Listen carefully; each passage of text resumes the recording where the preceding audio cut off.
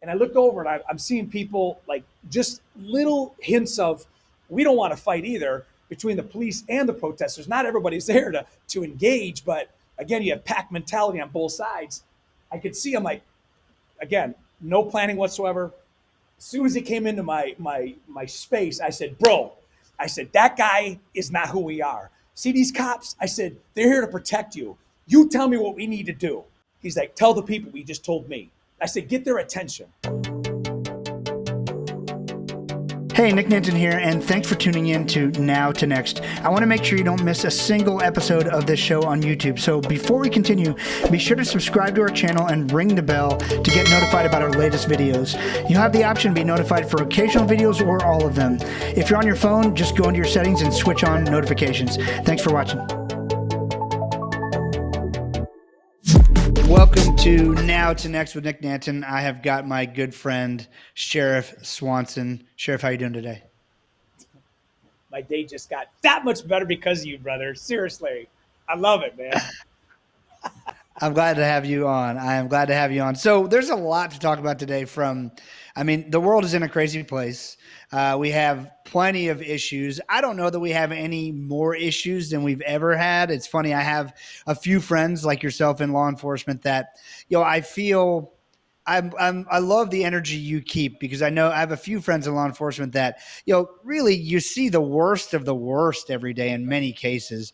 And I'm sure it must be hard to balance that out by still seeing the best in people. But there's some new things, some different things. We got new drugs out there. We got lots of new things, so there's a lot to talk about. But I guess, first of all, how do you keep perspective on the fact that you're focused on, sort of a tough part of the population, but still keep a great attitude? Well, first of all, it's a choice you have to make. Like I choose to be the person I am. I just don't let my emotions, my responses to what's going on around me, positive or negative, to just happen without intention. And especially in leadership, and then you take on top of that, I'm an elected official. There's a high expectation for my delivery, my persona, and my leadership. And so if you're a student of leadership, you know that you set the tone. So I've always said, do I want to work for a guy like me? And because of my attitude, even in chaos, now I'm always fun, but I also know how to divide that up based on what's delivered. But you keep a perspective by choosing how you're going to respond. I can't control people overdosing and human trafficking and people getting shot and people hanging themselves. I can't control broken families and all this nonsense, but I can control how I act and how I respond. And people watch that and they will model it. Best example of leadership, people who listen to all these podcasts probably tired of me talking about it, but my friend Kenny Thomas, who is one of the lead rangers in the Black Hawk Down crisis, the Battle of Mogadishu, he gave me the best definition of leadership I've ever heard. And that is, leadership is the example you set for the people you serve. And I don't think it can be any better than that. What you just said, makes that clear. There's a lot to talk about within your department, the model you're setting to hopefully just provide light to some other law enforcement departments all across the country. And we'll get into that. But I think the Trojan horse here, the elephant in the room, everyone wants to hear about first is there's a ton of news coverage about you when we started having riots across the country in Flint, Michigan. There was tension, racial tension after the George Floyd murder, really. And after that happened, some things went down in Genesee County in Flint. Tell us about that day, the days leading up to that, those moments. And I've also heard your perspective on, the officer who killed George Floyd as well. I'd love to hear his perspective here publicly on that. So I'm going to answer that in a couple different ways. Number one, the day you talk about is May 30th, 2020. And it was a day that we were already planning to have a protest at our local business district here in Flint. But that day was a culmination of decades and decades of trials and tribulations within our community. And so what happened with George Floyd was yet just another ingredient to this melting pot of anxiety and division and in frustration and anger. We had a water crisis in 2016 where literally the city of Flint water was poisoned. And the government that was in charge at the time, local, state, they neglected the people. So you have all that frustration, and they've been drinking it, myself included, my parents, for years before we realized that a business decision caused it to be poisoned. On top of that, crime. We have a major issue with our violent crime. And then on top of that, poverty. And on top of that, General Motors, which birthed itself here in Flint, Michigan. So they're getting mollywopped every which way to Sunday. And then George Floyd happened. And it's just another example of how much more can we take. Now, I didn't know how that night was going to turn out when I had planned at 1 o'clock on Saturday, May 30th, that we were going to do our op plan. We're preparing for battle. And I don't say any of this, Nick, because I want to elevate myself or think we have superhero capes. We were doing exactly what we've been trained to do for all these years, and that is when you meet conflict, you respond at that time, way we trained, the way we had our mentality with equal or greater force. That's how you neutralize a conflict. But what had happened that last 5 days since George Floyd was murdered on Monday in broad daylight by somebody who wore a similar uniform to me but didn't represent who I was, every day that tension accelerated more and more. The Friday before May 30th, the 29th, they burned cities. They burned a sheriff's office. They burned CNN. They burned police precincts. So all this was happening. And then on Saturday, May 30th, on top of the history, it was a powder keg. But we were ready. And because I'm the sheriff in the jail, mind you, it was burned in Washington. They burned a sheriff's office. The jail is a mile away from where the protests was scheduled at 5 o'clock on that Saturday. So I got with the team. There's other agencies involved. There's other command stuff involved, and all these things were happening at the same time. We just said, hey, we're gonna give them space, but if any one of them gets out of order, we're gonna come down and we're gonna make arrests. And we had our pepper balls, we had our OC spray, we had our shields, our helmets, our batons, we had all that. Other agencies, it was all prepared. I leave. Elon Musk is putting the first SpaceX ship with an autonomous crew to the space station that same day. And I remember because when I left at the briefing, I went back home and I'm sitting there on a couch and I'm just like, and I love space travel, but I'm like numb to what's happening, even though it's super cool. At 4 o'clock, I jump in my car and head back to Flint Township, and the command staff's already there. Our TAC team is already there, and the local officers are there, and all these UCs are everywhere, undercovers. And at 5 o'clock, the first carload shows up, and 4 or 5 people get out, and then every minute that goes by, more and more people show, more and more people show. And then almost 6 o'clock, they get into 1 lane, they get into 2 lanes, they get into 3 lanes. And shortly thereafter, they get all 5 lanes blocked. They're marching to the west. They're marching to the east.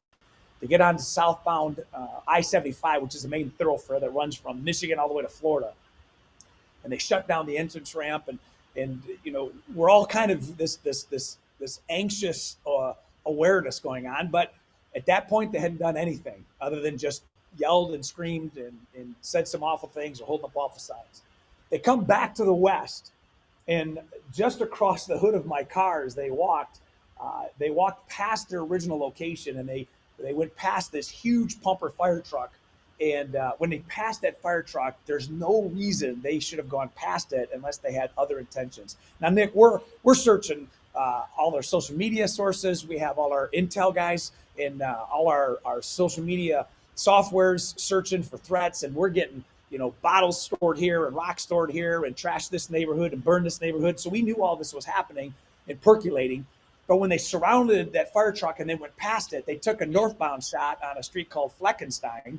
And at the end of that street is the local police department. Not my agency, a much smaller one called Flint Township. But that's also, ironically, where the command center was. That's where all the dispatching was going for this event. When they turned northbound, the entire environment changed. And you heard radio traffic and the lieutenant on there. Fortify the police department, fortify the line, fortify the police department, get the line, battle gear up, get your riot gear on. Myself, and at that point I was sitting next to the undersheriff who had his own vehicle. We shot over behind the police department, and I had already had my gas mask fit tested, my helmet, we put it all on, and I get out of my car, and you could just feel the tension. It was literally like you're about to go into battle, and you're stepping into the ring. I come over the grassy knoll that's from the north side of the PD to the south side, and it's the street coming right at us. And I'm not kidding you, bro. There was just a mass of people coming, and one guy standing on a black SUV just screaming out a megaphone. they have signs, but as much anger as there were like kids in the crowd. There were 70% white people in the crowd, and people that were just like, it was like, where'd they come from? We were totally outnumbered, and the line was there, and young cops and older veteran cops there, and they had shields in their helmets and batons, and dude, it was intense. And I remember coming over, and as I was walking close to that line, I said to myself, I'm like, how did this happen? Like, this is the craziest thing. We were COVID heroes a week ago, but now we're the most hated profession because of that idiot that did that broad daylight that now ignited this whole thing. So as I come up the line, one of the guys that that you worked with, and one of our ops, Rudy Lopez, is there. He's got a less than lethal shotgun, and it's got pepper balls in it. I say, hey, Rudy, I said, man, just tuck behind this car right here because he's on the front line, and a shotgun can be a little bit intimidating for obvious reasons. And then my other guy that from being on the Dobbs is over here, and I go to tell him that. He's like, Sheriff, that dude's got a pistol on. And I looked in the crowd, and they're open carrying. I'm like, oh my gosh. I mean, it just happening seconds at a time. But something hit me, which is going to get to your point as to your first question is, how do you choose the attitude that you have? And I'm going to give you something that has worked for me my whole life, and it worked for me that day. And because of that decision, lives were saved, property was saved. And that is, I have always prepared in the calm to perform in chaos. When you do that, it happens naturally. You don't have to think about it. And at that moment, there was nanoseconds between one person or another on either side that could flip this whole thing over, and there's no pulling back that train. It's done. It's over. We were going to be another stat. But I saw a black pastor named Jeff Hawkins earlier in the night, and I thought, where is he? Again, none of this was planned, Nick. I'd love to say, I thought about this, check. None of this was planned. He's over in the crowd. When I call him, I'm like, bro, where are you? Now, Jeff Hawkins is a street pastor. He's had 2 kids killed in 2 different homicides. The street loves him, respects him. He's just built and stacked, and it just looks, he's a champ. He's a great dude, and he's been my friend for 8 years.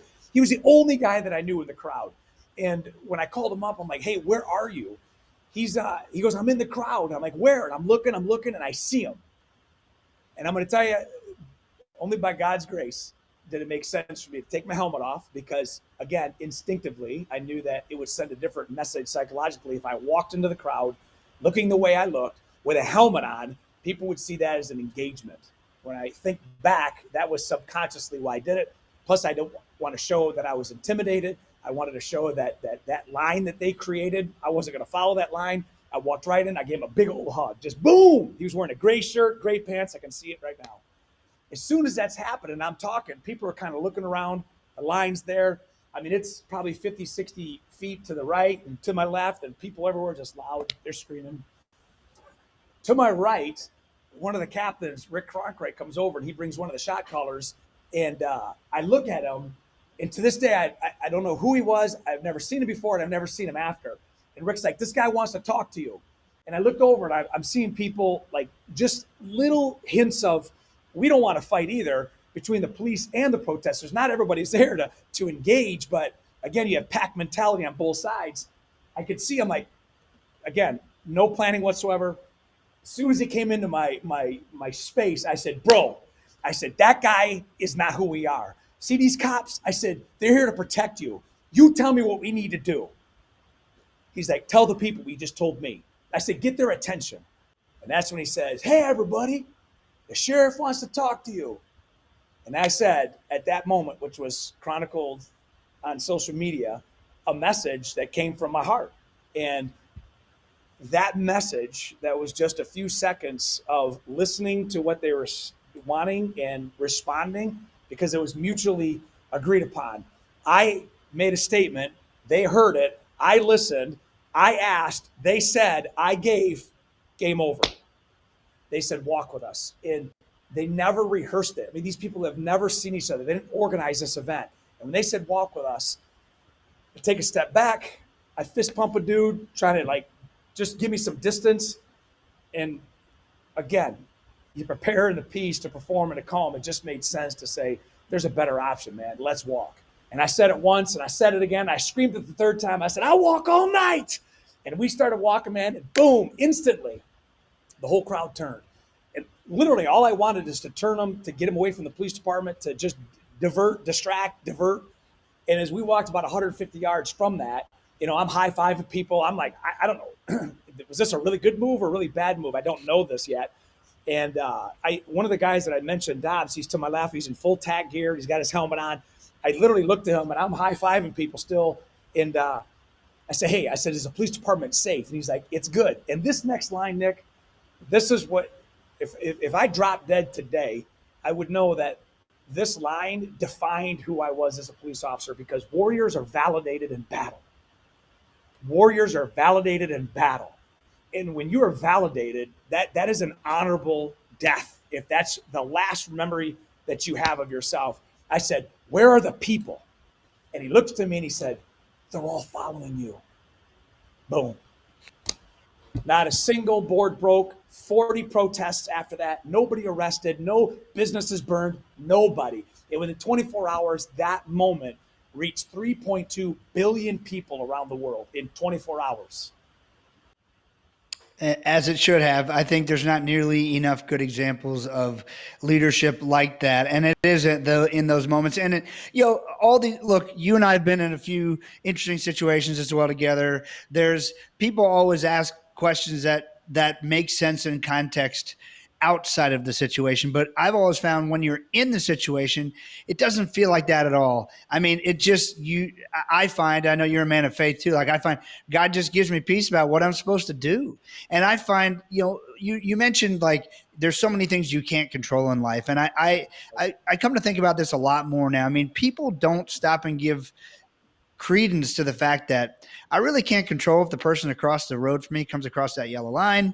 I can't control if a tree falls in my bedroom while I'm sleeping. If you really stop to think about it, there's so little we're in control of, but there's a few things we are in control of. And the way we engage with other people that's probably the biggest impact we could have on the world. From that experience, I learned from you that what you did there is you unified the people, and you in fact have changed the slogan of your department to protect, serve, and unify. Everyone's heard protect and serve, which is great, but I love that addition of unify. Tell me how you do that. So that was you got it right once, right? I mean, I'm sure there's many times, but it was very public once. So what do you do so it's not just a slogan on the door of a bunch of cars now in Genesee County?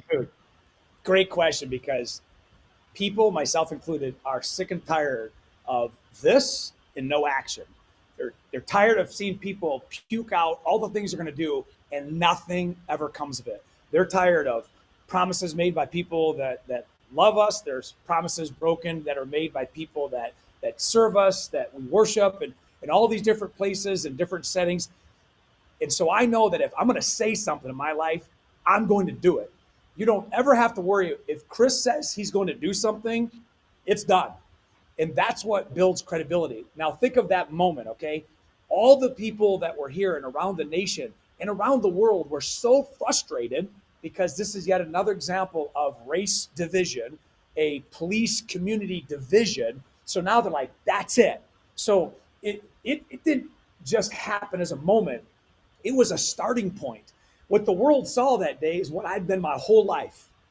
But that was the starting point of where we had to go. If that was a one and done, if that was give me 2 minutes to think about what you want me to do, if any of that happened, we wouldn't be here. But the action started immediately. We're walking back. I'm already thinking in my head, all right, how are we going to do this? How are we going to build race relations? I know what I'm going to do. I'm going to be the front guy. I'm going to be the white police leader who's the voice of reason. I started thinking, I didn't know what all the plans were going to be. I didn't even think about protect, serve, and unify. I didn't think about black and blue podcasts. I didn't think about us united. I didn't think about doing education in the jail and talking to different people that didn't look like me. I didn't do any of that. I just knew this was a starting point. On the way back to Target, I'm looking at Johnny, who I'd never met. I'm looking at Quan, who I've never met. I'm looking at Jeff Hawkins. I'm like, all right, Johnny, you open up. Quan, you follow up. I'll do this. Pastor, you close us out in prayer. We get to the Target. There's thousands of people there. People were watching it live. They came and dropped everything to be a part of it. I'm hanging off a light pole, but I made a promise. I said, I'm going to be the change agent, because people want action. They want leaders to step up and say, that's it. I'm done. Watch what I do. Don't listen to a word I say.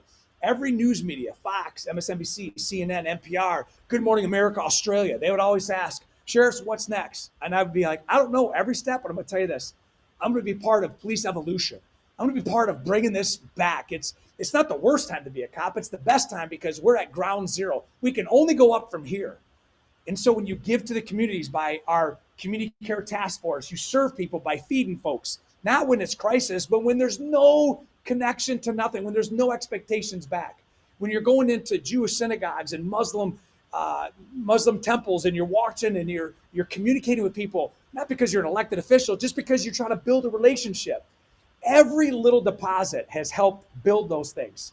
Whatever word you say that you want to do, you better back it up by action, which is, I know what you respect, which is why I'm on camera all the time. Why I don't turn down podcasts and interviews. I don't turn down my weekly briefings. I always do it because the more you push it out as to what you're doing with action and evidence, people start believing and they're like, wait a second, this makes sense.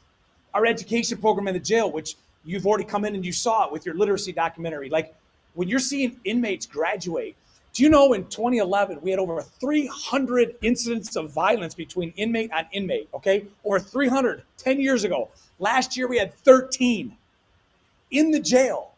We've changed the whole culture. We're graduating people. We're educating them. I'm flying here. I'm going there because I have a platform and I'm going to use it. And I'm going to touch a bunch of lives. I'm going to show what race relations can be like. So I do a podcast with Buddy Ken from San Diego. He's not a cop and he ain't white. But I'm not a guy in San Diego who's a protest advocate, and I'm not black. But together, we have civil discourse. We talk about issues. I'm not afraid. You can talk about anything as long as you do it respectful. Long answer to a short question, Nick. I'm taking action. And again, I can control what I do. So therefore, I'm using the platform and using folks like you who have another platform to send the message with evidence. Absolutely. Awesome. We're going to get into human trafficking in a few minutes, but let's talk about your Ignite program real quick. You talk about education in the jail. Yes, I have only been inside jail 2 times. One of them is in Haiti, and I think they painted it just before we got there because it was beautiful. And then it was open air, but it was beautiful. And your jail, and I didn't feel threatened at all. It was really incredible. And we all know, or we've all heard, that there's a lot of racial tension inside most jails. I mean, I saw white guys teaching black guys teaching white guys, Hispanic guys teaching. It did, like they were all, and they were so excited to share with me. It's really interesting. People who are, I mean, I don't know what else to call them. Probably a bad stereotype, but hardened criminals, people who are in jail. Like that's not typically your first offense for shoplifting, right? They are in jail, and they were legitimately lit up like the only other way I could describe it would be like kids in a kindergarten class. And I'm not minimizing who they are or saying they're 5-year-olds, but they were excited by education. And that to me is mind blowing when I could walk into an 11th grade privileged private school class, like my son at his private school. And depends on the class, and the teacher does make a big difference, but weren't as excited about these people. Were excited to share with me what they're learning in math, what they're learning in reading. One thing I'll say, and I'll ask my question, but I think one of the biggest things you've done in that environment, which I've learned a lot on this reading documentary I'm working on, there's so much shame in this that's where a lot of it gets hidden. A lot of it gets hidden, and it's just a dirty secret, and there's just shame and guilt and regret. And you have clearly taken it to a point of pride. Now everyone there is excited to tell me what they've learned. They don't care that if what they've learned is maybe what they should have learned at 8 years old or 10 years old or 15 years old. They're just excited they're learning. So tell me what got you to start that program, what sort of milestones you put in place for these inmates, and where it's heading. So Ignite, Inmate Growth, Natural, and Education is a culture change. It is a transition from 185 years of us running jails the exact same way to something totally different. It's not used to leverage people's cases in front of the judge to get a lesser sentence. Zero. We don't send certificates to probation officers and parole officers. We don't do any of that. We are changing the culture while they're in jail to make them productive, to make them constructive. So wherever they go from here, they're better than when they came in. Not a better inmate, but a better human being, a better citizen, a better person. If we can do that, then the chances of them coming back are much less and everybody wins. I'm going to prove this to you. When we saw all the inmate behavior during COVID, we became a jail. We're the 5th largest county in the state of Michigan, over 600 people in jail. To your point about the hardened criminal, 60% of our 600 people have 20-year to life offenses while they're in jail waiting right now. More than half of the population right this very second of us recording, 60% of our population are in there because they're pending charges of 20 years to life offenses, murders, rapes, robberies, all the things, those hardened criminals. 50% of our population is black, 50% is white. Sometimes it's 49, 51, or 48, 52. It just flip-flops. But 9 out of 10 of them are addicted or co-addicted. 6 out of 10 of them are on some type of mental health medication. Half the population cannot read. Grown men and women that have gone 30, 40, 50, 60 years through life not reading. How are we even expecting them to go out and succeed when they come to jail? Imagine Nick going to jail for 60 days. You don't have a wife. You don't have a family. Think of you couldn't go back to your house, pay your bills, pay your car payment. You couldn't do anything. Your car was towed for 60 days. Think of how your life. Some people never recover because of all that aftermath. And then they come out of the jail and life has gone on. They're trying to catch up for the rest of their life. So what do? They get frustrated. They go back to addictions. They go back to breaking law. And the generational incarceration cycle continues. That's crap. And I know this too. Everybody in prison, which is the state level, everybody in prison comes through a jail. Everybody. Nobody goes from arrest to prison anywhere in the country. Everybody goes to the county jail. But guess what? Only 90% of the people in the county jail, the 90%, they're going back on the street. Only 10 go to prison. So what are we doing with the population that we know is going to be there? That's what we're doing in Genesee County. So after the protest and things were happening and all these interviews, hundreds and hundreds of interviews and meetings, and the same question, what are you doing? What are you doing? Well, one of the things we're doing is we're changing our model in the jail, because I know that those folks in the jail represent my community. And so while they're there, we're going to go to school 2 hours a day, 5 days a week. We're going to do GED, diplomas, food service, financial literacy, 200 online courses, associate's degrees. We're going to teach them building, plumbing, pipe fitting, electrical. We're going to do skilled trades with virtual reality. We're going to go there, and while they're there, we're going to teach them how to be better. We're giving them books, and we're going to give them tests and quizzes. And what we found was the average math grade, when we launched this program September 8, 2020, 14 months ago, the average math grade in the county jail was 5th, and reading was 6th grade. Like, that was stunning to me. But within 90 days of us launching the education model, we increased math a whole grade and our reading and comprehension a grade and a half. We started teaching people and showing them what life outside of this system looks like. We graduated our first individual, December 23rd, Leon Mize. He completed a 225-hour school food service program with a national registry examination that he passed, got him a full-time job. Since Leon, 27 people have left the county jail in Genesee County that are in full-time employment. We do our voter registration. We had last Friday, which was right before the election, we brought in 21 candidates that are on the ballot, Republicans, Democrats, white, black, inner city, out city, every one of them. 21 of them had to meet the candidate, town hall, with the inmates. Like, nobody does that. Why do we do it? Because we're changing their mindset. And Nick, you've seen it firsthand when you brought somebody who could not read, and that shame is overbearing. When they learn that they actually have the opportunity to read and they can do it, it changes everything. That's one of many. It's not the answer, but Ignite is a answer. That's why we opened it up in Minneapolis, Minnesota last month. We got 17 counties in line. It's recognized as a national standard that this is the key. This is how we're going to get back to where we need to. We're changing the cultures in the jail.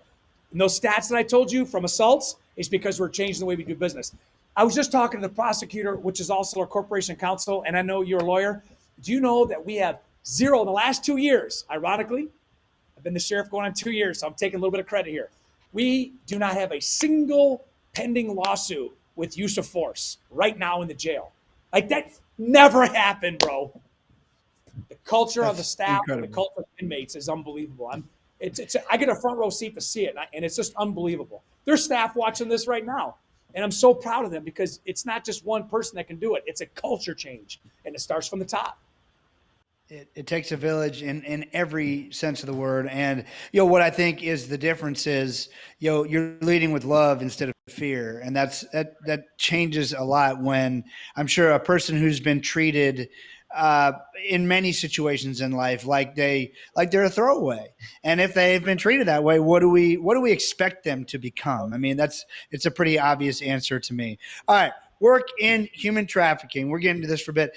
You founded the Genesee Human Oppression Strike Team Ghost, of which I am a member. I'm a card-carrying, badge-carrying member. I'm going to show everybody there, and so which I'm proud to be. And so, tell us a little bit about how you founded that, what it's all about, and I guess maybe the first time you thought about there's something to human trafficking besides prostitution, because I think that's where everyone's really looking at victims at first and not realizing that they're victims. So just give me your sort of evolution there. So it's very timely that you asked this question, and I'm going to tell you why in just a minute. But you and I are very similar in the paths that we have taken to be immersed in the protection and education awareness side of human trafficking. So being a police veteran, I've been on the job 29 years. Like you said, I've been involved with prostitution stings my whole career.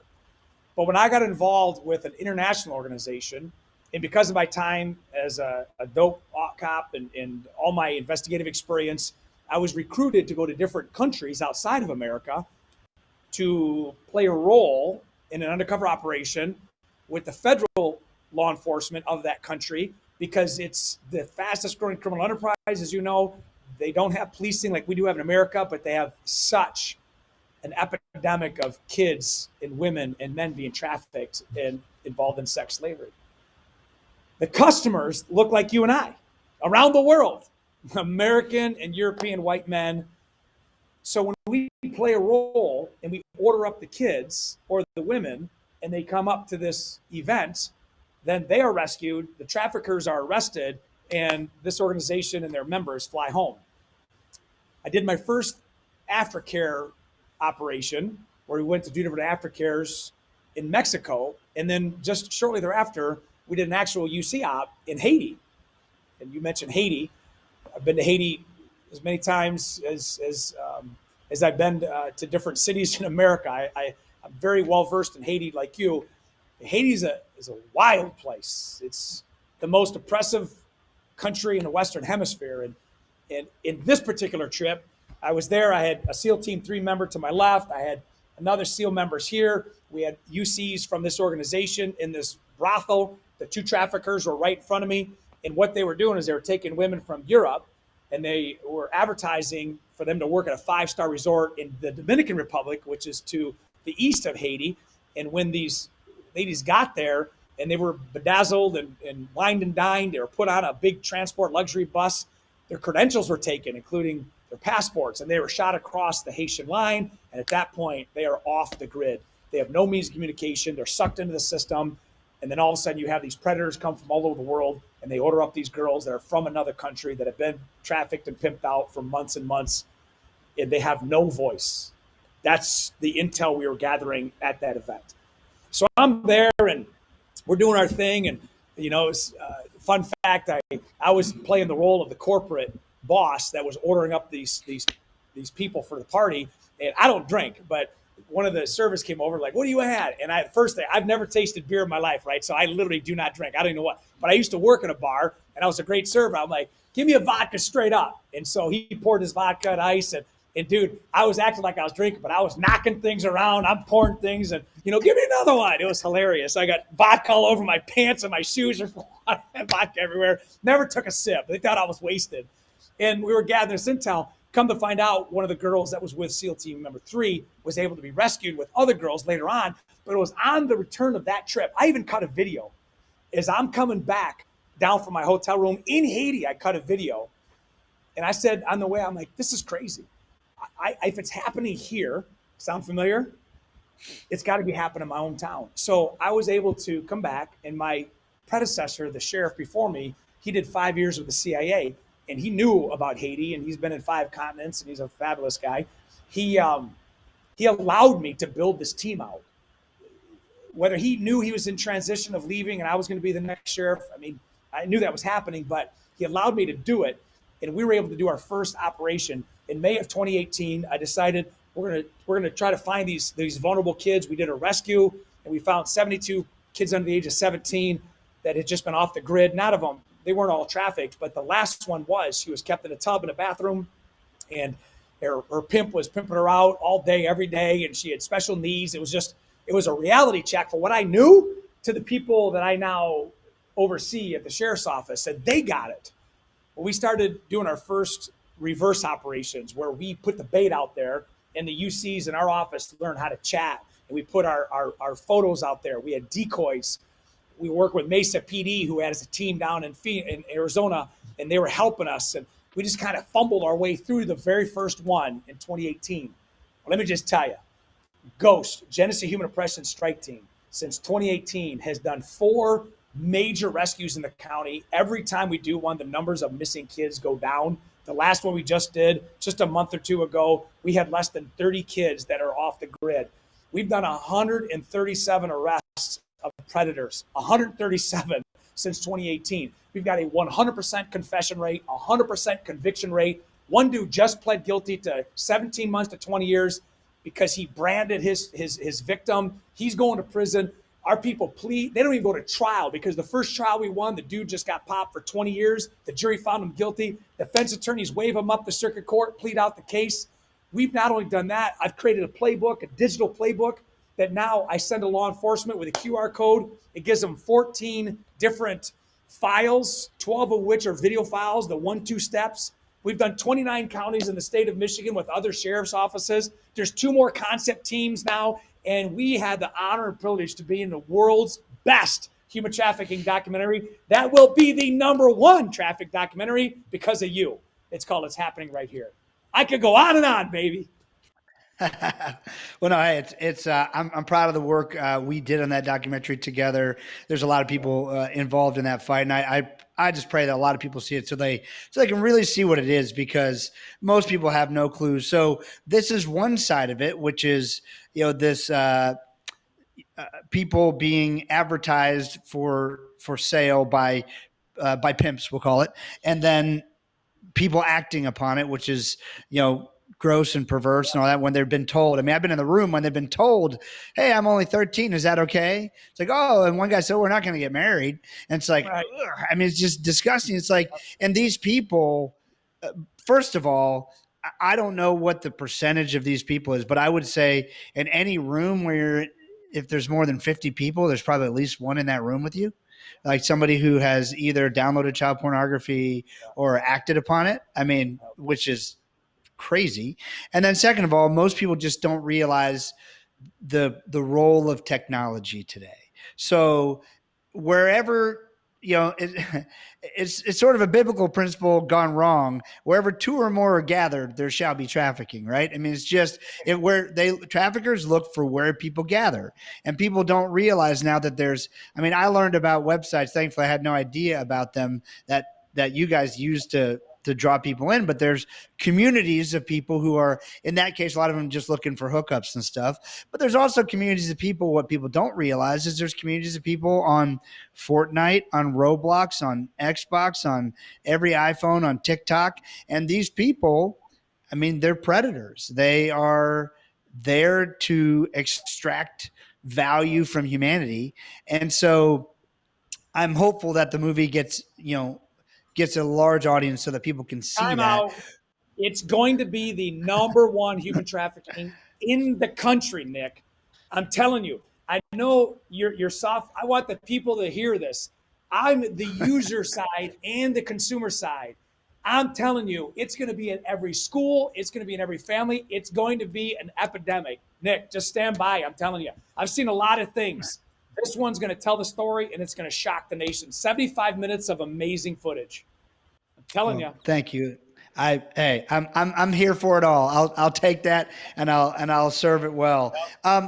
What do you think happens next? Because clearly human trafficking is really just one of the worst forms of bullying in humanity, right? And so you're starting to crack down on it. You clearly, I mean, when I was with your team, we went to, some random hotel in some random small city on the outskirts, and anyone could do this anywhere, probably in the world. I will say it's for sure anywhere in America. You could go pick the closest hotel to your home, and if people who knew what they were doing went and posted these ads and chatted with people, within a matter of 2 hours max, you're going to have at least one, probably a half a dozen or more predators show up. What are the next steps? I mean, obviously I don't want anything that's going to make your ops be blown up, but what do you do next? Now that you're starting to take some of these people off the streets, what's next? So this is just like the credibility you have to build for race relations and community police relations, is people need to see concept teams as trusted places where they can go to either tell the story of how they're victimized or report somebody who's being victimized. And that's what G.H.O.S.T has been able to do. And so all the briefings that I put out there, I don't demonize these individuals who are arrested. I give them their picture. I tell them their name, their age, where they live, and what profession they're in. And when people on the other side of the camera see that, they come forward. Victims come forward. We arrested a dude, Justin McLeod. He's a former Flint City Police canine officer. He was raping a stepdaughter for years. She came forth on her 13th birthday. When she came forward, we protected her, arrested him, put his picture up there. The neighbor girl, whose parents were his best friends, came forward and said he was doing the same thing to me when I visited my friend when I was at his house. Put him back up, charged him a second round. The third girl came forward. She saw that the courage of the other two, she came forward. So what we need to do is continue to give the platform that people can trust. So G.H.O.S.T is doing this, and we become better for it. Just now, today we hit a door, which is the reason why I'm dressed like this, and many other reasons, because this search warrant that we did arrested 2 subjects, and they were sextorting 13, 14, and 15-year-olds using TikTok and Snapchat. And they would get them to send pictures thinking that it was an online boyfriend, and they were provocative. Then they found out that they were going to post them. They sextorted them, and they've got multiple confessions now. While I'm doing the show, the team's back there because they were using those pictures as bait to get into the house and just having threesomes with these 14-year-olds. They were forcing them to have oral sex and all this other nonsense for years. This has been going on since 2019, Nick. And we just blew it up today, got them both in custody. There's victims we won't even know about because they were sextorted. And with that, there's years of shame. There's years of maybe even drug abuse, neglect. There's suicide attempts, if not, unfortunately, the full suicide. So I can't in good conscience not give this to other agencies. And who better to do it than sheriffs, because we're trusted by the people. So every sheriff's office, I talked to 2 yesterday, every sheriff's office that is developing their own team and we're helping them, that's a win for the community, because not all of our predators come from this county. They come from all over the state and in other states. So we're going to continue to educate, make aware, protect, and do the aftercare. But we're also going to use our platform. And I said in the film, there should not be a safe corner of this country where a predator can roam free and not be a sheepdog there to smash them in the face.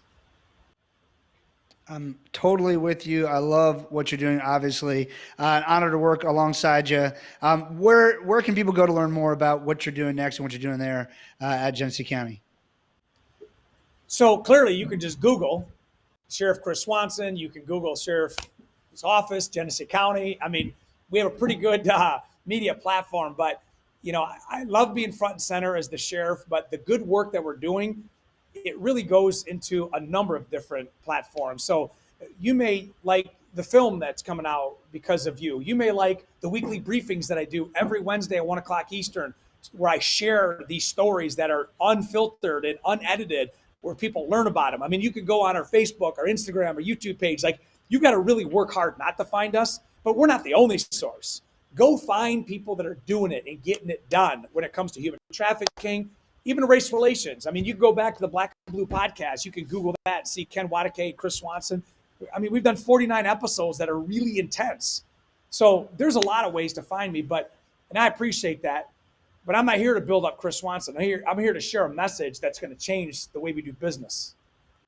I love that. I'm also personally waiting on the book Police Evolution. I believe that you should write that book soon rather than reform. It's evolution. I love your take on that. Hey, thanks for joining me. Thanks so much for joining me today. And I look forward to seeing you again in person real soon. Thank you, Nick. I appreciate you. I'll see the rest of you soon on Now to Next. Take care.